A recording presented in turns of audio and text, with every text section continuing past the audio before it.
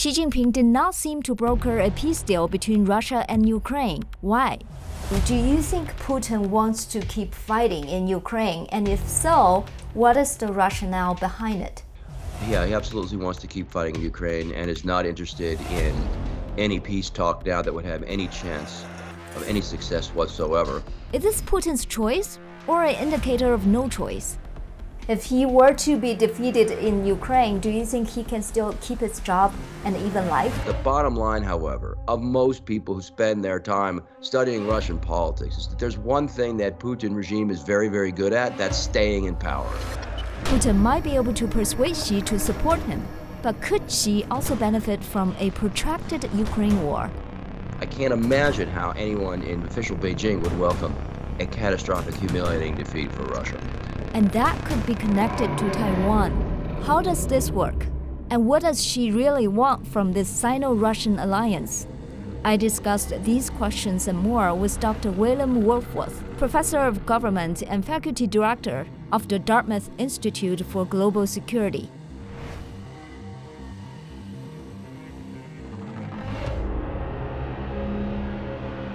Thank you, Professor Wohlforth, for joining Zooming In today. Happy to be here. Yeah, let's talk about Xi Jinping's Moscow trip.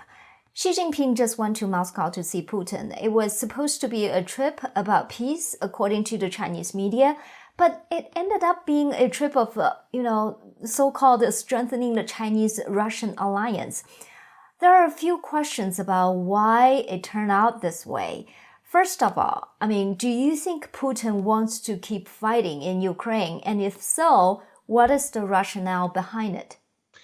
Yeah, he absolutely wants to keep fighting in Ukraine and is not interested in any peace talk now that would have any chance of any success whatsoever with the Ukrainian side. And he does so because all evidence suggests the Russian side still thinks it can snatch a victory out of what appears to be a faltering military campaign.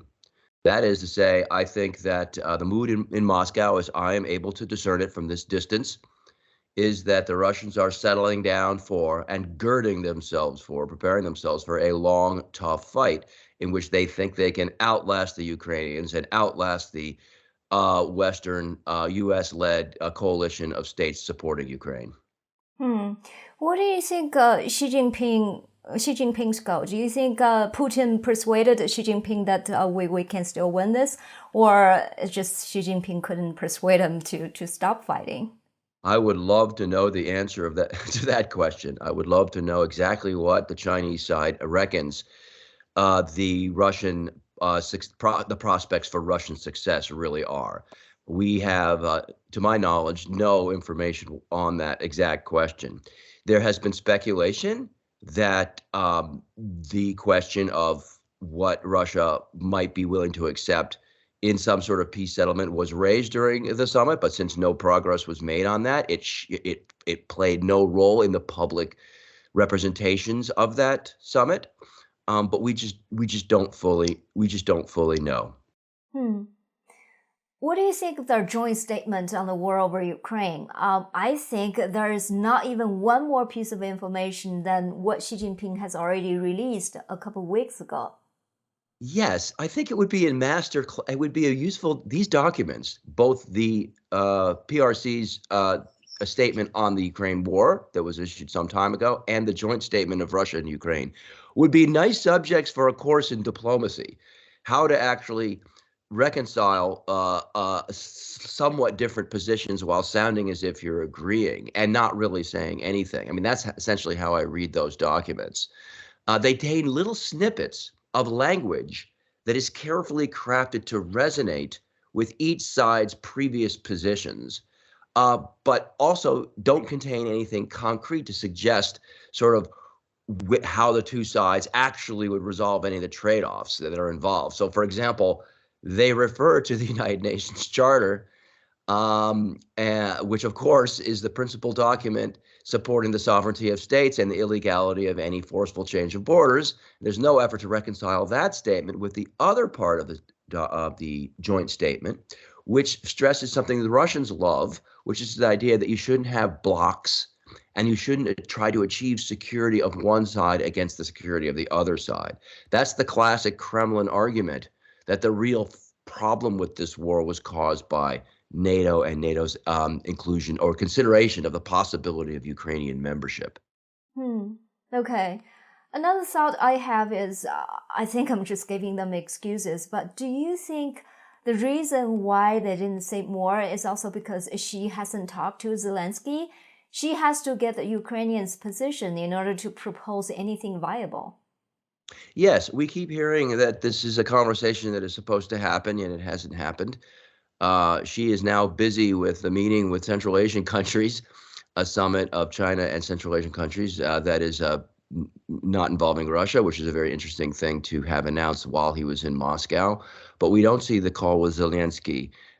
We don't really see what we see in the document is an attempt, all observers of Chinese foreign policy suggest, to still portray China as not 100% a war that is about the change in borders, a forceful change in borders, while at the same time seeming to be sympathetic to and understanding of Russia's security concerns. You just talked about how Putin still thinks he can pull it off. I want to get your opinion on another aspect of Putin's reasoning, if you will. Do you think Putin believes he cannot afford to lose the Donbass and Crimea?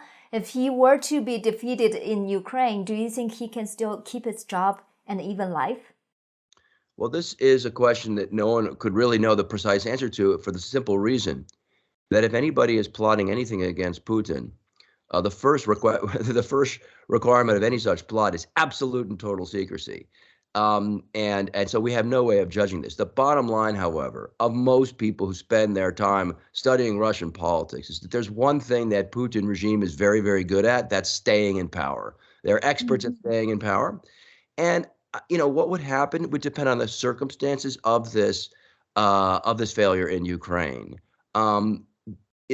Nobody knows. In all likelihood, there would be some gap between any sort of sudden downturn in Ukraine and any change at the top levels of the Russian leadership. There would probably be some time, who knows how long, and then later people would look back and say, ultimately there was a change in government, there was a change in leader, and maybe that could be traced back to the Ukraine situation. Just like Khrushchev, way back in the Cold War, was removed from power several years after he was perceived to have not done that well in his confrontation with the United States in the Cuban Missile Crisis. That's very interesting. From the Chinese point of view, it is very hard to imagine if Xi Jinping loses the war over Taiwan, he will still be able to stay in power. Two of my sources have told me that the reason Xi Jinping was able to amend the constitution and get reelected the third time is because he promised to the party that he will regain Taiwan. So if that task fails, then he can't stay in power. I thought Russia would be the same way, but according to you, that may not be the case. If you look at I think that's a brilliant observation. And I think if you look at the rhetoric, if you look at the discourse, if you look at the conversation in Russia before February of last year, you will not see in that political space the same kind of language vis-a-vis Ukraine that you would see in China vis-a-vis Taiwan. Most observers, even closely connected to the Kremlin, were absolutely surprised by this decision of Putin in February 2022 to invade. In some sense, you have a project of seeking to sustain Russia's great power status, which is subscribed to by the larger Russian elite, but the wisdom of securing that objective via a massive invasion is questioned and was questioned by many members of that elite. So I'm not so sure that Ukraine, as important as it is for the Russian self-understanding, has been framed in the political context quite the same way that Taiwan was in the Chinese political context. So the only way Putin could be taken out is through a coup. What about the upcoming presidential election in Russia? Would that be able to change anything at all? It's unlikely to. As you know, Xi Jinping basically endorsed Putin's candidacy, even though Putin had not yet announced his candidacy. The Russian regime has got a pretty good lock on this, sadly and tragically, a strong lock on civil society. In general, I think most people don't expect the way regime change happens is through mass demonstrations and sort of some uprising of people or mass collective action at the polls. The way most people would see a regime change occurring would be an inside job and basically, metaphorically speaking, Putin wakes up every morning doing everything in his power to make sure that never happens. It's not to say that it couldn't happen, but it's barring a real breakdown in the Russian society and Russian armed forces, the only way most analysts see a path towards a regime change would be some sort of inside job, which would be kept extremely secret prior to the moment of its unveiling. That's interesting. What do you think Putin wants from Xi? Has he achieved what he wanted? I think he achieved part of his goal. And part of his goal was the affirmation of this partnership, the strategic partnership, maybe not using the language of a partnership without limits that he may have wanted. Maybe there were some deals in that the Russian side has been seeking, such as the Power of Siberia 2 pipeline that were not yet agreed to at this summit. But so much of the optics were so favorable, so welcomed by the Putin leadership that it would be hard for me to imagine they're looking at this summit as some sort of total failure. Obviously, we are getting plenty of commentary by people close to the Russian leadership that are bewailing the sense that Russia is becoming ever more a junior partner to Beijing.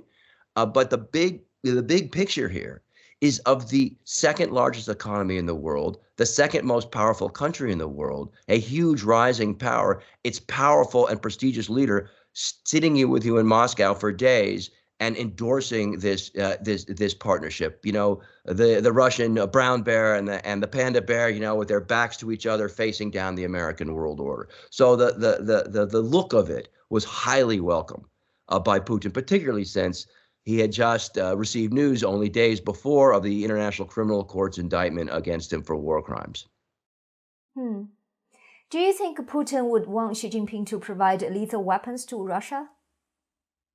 I can't imagine that he would not want that. Now, the military experts are not 100% agreed upon the nature of weapons or ammunition shortages in the Russian military. But I think most people think that they are beginning to hit some bottlenecks that China could conceivably help overcome.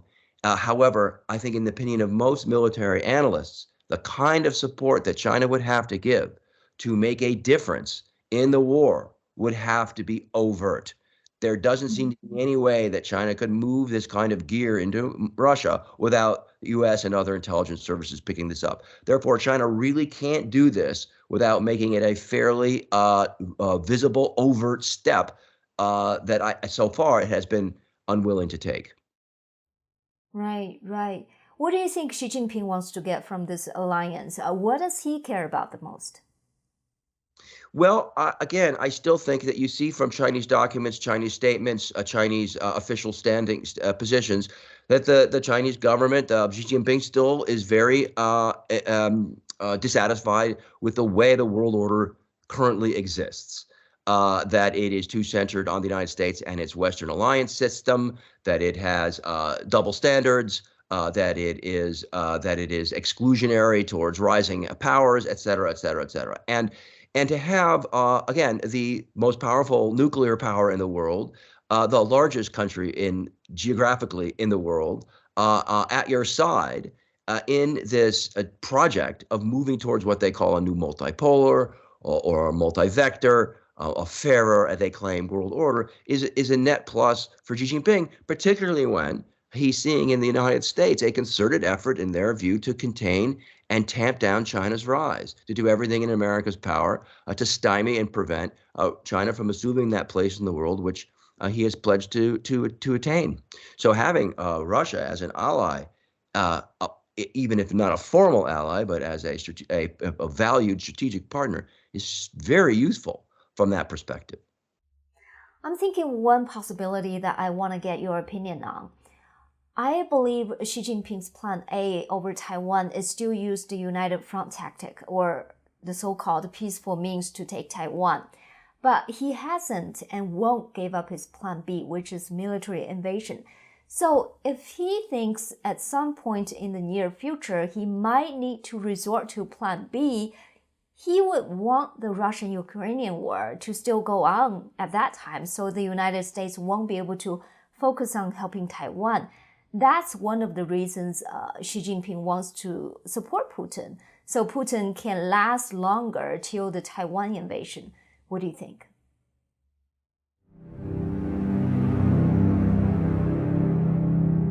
This program is not finished yet.